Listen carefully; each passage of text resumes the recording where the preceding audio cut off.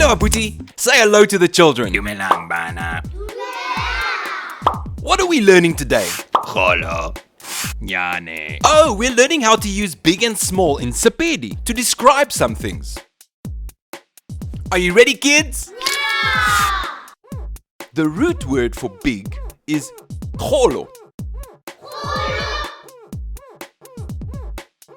And the root word for small is nyane.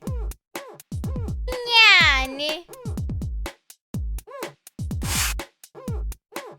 So big is kholo and small is nyane. Nyane. Big kholo, small nyane. Nyane. Now to say big elephant, we say tlou ye kholo. Tlou ye kholo. And to say small elephant, we say tlou ye nyane. Tlou ye nyane. Okay, stop for a second. Let me explain. Did you notice when we said tlou ye kholo, we added a K to kholo? Ye means that is. Tlou means elephant and kholo means big. So we're actually saying elephant that is big. You see how easy it is?